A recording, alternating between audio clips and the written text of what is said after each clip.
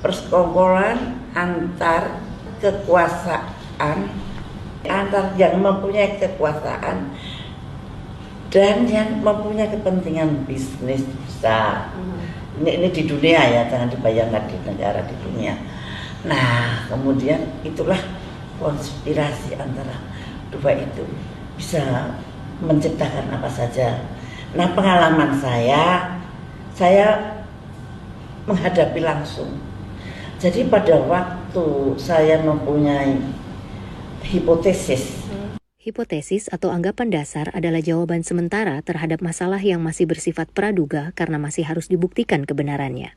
Bahwa flu burung itu adalah bukan alami, tetapi rekayasa. Kemudian saya mengajak negara-negara yang lain. Dan ternyata negara-negara di dunia semua berada di belakang saya. Apakah itu Inggris, apakah itu Perancis, apakah itu Jerman, apakah itu Australia, apakah itu Cina, apakah itu India, apakah Rusia.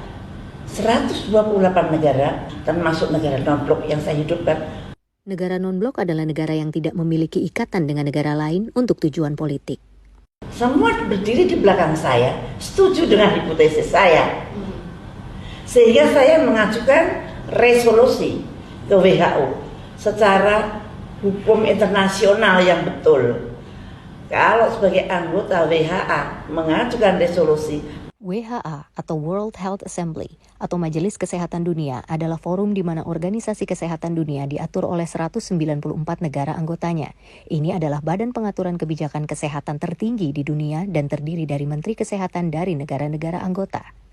Maka WHO harus menanggapi dengan baik. Dan apa yang terjadi?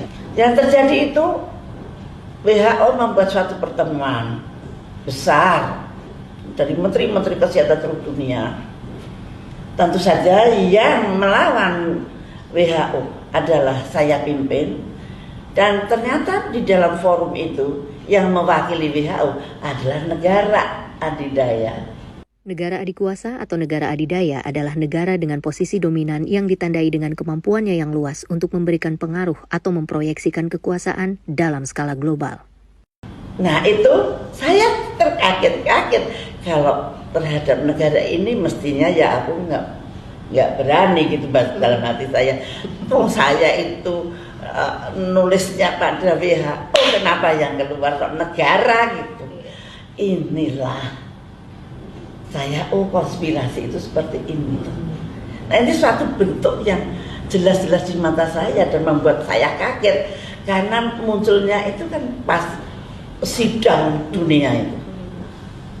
Wah kaget saya, loh kok yang muncul ini.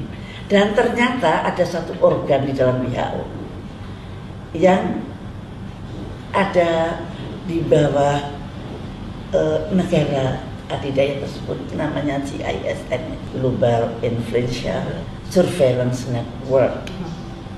Itu GISN. Setiap semua orang yang punya virus masukkan ke sana. Saya masukkan ke sana. Tapi ternyata tiba-tiba virusnya Vietnam dibikin vaksin, dijual ke saya. Loh, kamu pakai virusnya siapa Pak? Bikin vaksin. Pakai virus Vietnam Bu. Wah jadi ketahuan. Yang jual juga kaget, kenapa ini ibu kok tahu gitu.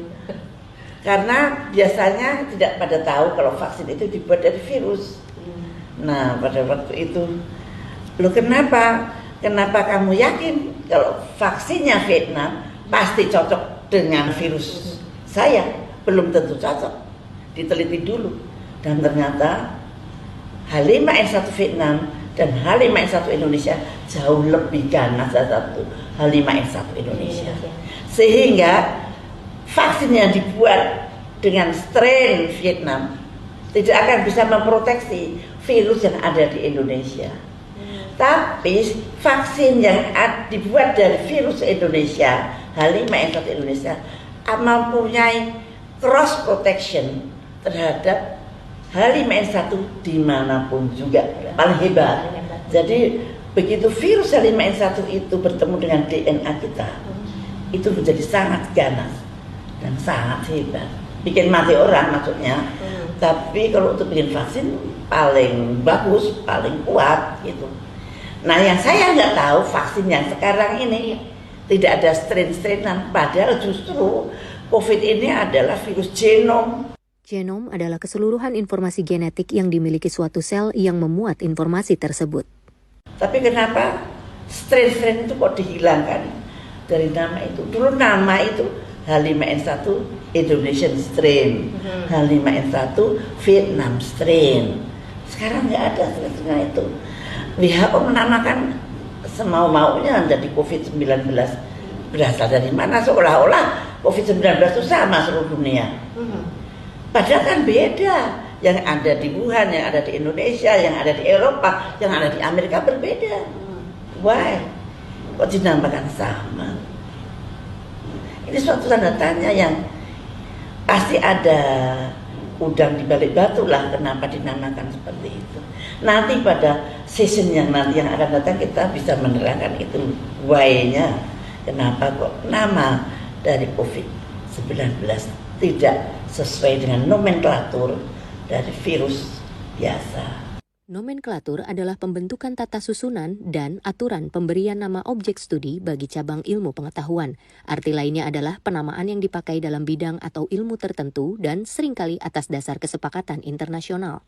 Sekarang kita nggak tahu nih vaksin yang dipakai sekarang ini dari berbagai macam merek juga kita belum tahu juga ya Bu. Tidak transparan. Contohnya Pfizer. Pfizer itu hanya memakai kode genetik dari spike protein. Spike protein punya siapa? Punya virus. Virusnya virus sigma yang mana? Nah, kalau hanya kode genetiknya aja kok yang saya ambil, saya nggak pakai virus. Ya nggak bisa gitu, kode genetiknya dapat dari mana? Punya virus yang mana? Berarti untuk tingkat keamanannya vaksin itu gimana Bu? Menurut Ibu? Ada Sinovac, ada Pfizer, ada ya kita ini sambil divaksin sambil meneliti. Kita ini adalah untuk uji coba besar-besaran yang dilakukan sekarang dunia ini di dunia. Ya, uji coba dunia yang besar-besaran. Yang namanya Pfizer dengan AstraZeneca itu cara membuat dengan mRNA dan DNA itu belum pernah dilakukan di dunia. Efeknya nanti jangka panjang seperti apa? Tidak ada yang tahu. Berarti kalau misalnya suatu saat terjadi sesuatu, ini tanggung jawab siapa Ibu? Ya nggak tahu, tergantung pada waktu dia mau dikasih vaksin itu atau negara ini misalnya kerjasama dengan Pfizer, bagaimana MOU-nya kerjasamanya? Dan rakyat nggak tahu apa-apa tentang itu. Kalau saya lihat yang di Norwegia yang dapat Pfizer kan udah mati 23 orang lansia. Terus sekarang nggak ada kabarnya lagi. Apakah yang bertanggung jawab itu negaranya ataukah Pfizer-nya, saya nggak tahu. Nah ini yang penting adalah mentransparankan rakyat agar tahu bahwa cara yang dipakai oleh AstraZeneca maupun oleh Pfizer maupun oleh Moderna itu belum pernah dipakai di dunia ini.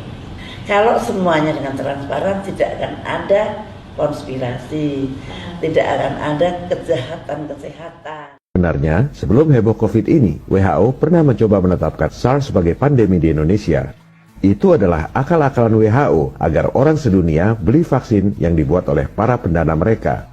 Untung di tahun 2005 itu, kita memiliki seorang Menteri Kesehatan yang cerdas, bernurani luhur, dan pemberani, Ibu Siti Fadilah Supari. Ikhtisar perjuangan Ibu Siti Fadilah melawan WHO yang saya dapat dari berbagai media adalah sebagai berikut. Tahun 2005, ketika masih menjabat sebagai Menteri Kesehatan Indonesia, ia dengan berani membatalkan penetapan WHO di Indonesia bahwa virus corona SARS adalah pandemi. Ibu Menkes membuktikan secara ilmiah bahwa virus corona SARS tidak menular. Luar biasa. Jadi masalahnya adalah transparansi WHO menentukan sendiri pandemi, tapi temuan ilmiahnya tidak transparan. Mereka main tetapkan saja, dan negara-negara di seluruh dunia harus nurut, seperti majikan yang memberi perintah pada budak-budaknya.